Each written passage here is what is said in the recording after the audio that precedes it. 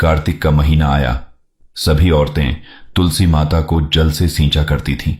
एक बुढ़िया माई भी आती और तुलसी को सींचने जाती थी, और जब वह जाती तो तुलसी माता को सींचती और कहती, हे तुलसी माता, सत की दाता, मैं बिड़ला सींचूं तेरा, तू कर निस्तारा मेरा। तुलसी माता बहू दीजिए, बेटा दीजिए, पोता दीजिए, लड़ुआ दीजिए, गड़ुआ दीजिए, पीतांबर की धोती दे, मीठा मीठा घास दे, बैकुंठ का वास दे, चटके की चाल दे, पटके की मौत दे।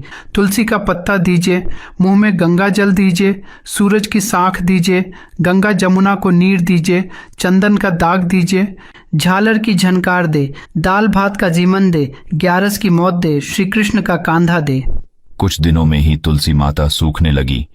तब श्री हरि विष्णु जी का ध्यान गया और उन्होंने तुलसी माता से पूछा, हे तुलसी, इस कार्तिक के महीने में औरतें तुम्हें सींचती है, तुम्हारा भजन गाती है, तुम्हारी पूजा करती है, तुम्हारा गुणगान गाती है, फिर भी तुम क्यों सूख रही हो? इसका कारण क्या है? तब तुलसी माता ने भगवान विष्णु से कहा कि मुझे सींचने प्रतिदिन एक बुढ़िया आती और कहती है, एक बूढ़ी माई रोज आती है और कहती है, हे तुलसी माता, सत की दाता, मैं बिड़ला सींचूं तेरा, तू कर निस्तारा मेरा। तुलसी माता अढुआ दे, लड़ुआ दे, पीतांबर की धोती दे, मीठा मीठा घास दे, बैकुंठ का वास दे, चटके की चाल दे, पटके की मौत दे, चंदन की काट दे, झालर की झनकार दे, दाल भात का जीवन दे, ग्यारस की मौत दे, श्री कृष्ण का कांधा दे।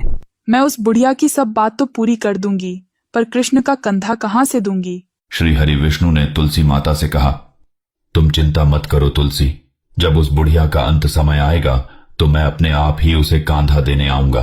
तुम बुढ़िया माई से यह बात कह देना। कुछ दिनों के बाद बुढ़िया मर गई। बुढ़िया के मरने पर सारा गांव इकट्ठा हो गया और उसका अंतिम संस्कार के लिए उसकी अर्थी उठाने लगे, लेकिन तभी वह बुढ़िया बहुत भारी हो गई, जिस कारण उसकी अर्थी किसी से भी टस से मस नहीं हुई। लोगों ने बहुत कोशिश की, लेकिन बुढ़िया की अर्थी को उठा नहीं सके।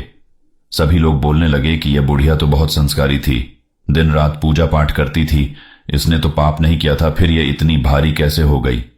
तभी भगवान विष्णु एक ब्राह्मण के वेश में वहां पर आए और पूछने लगे कि भीड़ क्यों लगी है।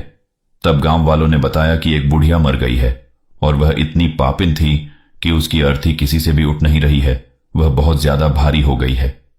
ब्राह्मण के वेश में भगवान बोले कि मुझे इसके कान में कुछ कहने दो, फिर यह उठ जाएगी। भगवान बुढ़िया के पास गए और उसके कान में कहा, हे बुढ़िया, माई अढवा ले, लड़ुआ ले, पीतांबर की धोती ले, मीठा मीठा घास ले, बैकुंठ का वास ले, चटके की चाल ले, पटके की मौत ले, चंदन की काट ले, झालर की झनकार ले, साई का राज ले, दाल भात का जीवन ले, ग्यारस की मौत ले, और श्री कृष्ण का कांधा भी ले। भगवान की सभी बातें सुनकर बुढ़िया हल्की हो गई। भगवान ने अपने कंधे पर उसे उठाया और उसका अंतिम संस्कार किया। बुढ़िया को मुक्ति मिल गई और वह वैकुंठ को चली गई। हे तुलसी माता, जैसे आपने उस बुढ़िया माई को मुक्ति दी, वैसे सभी की करना।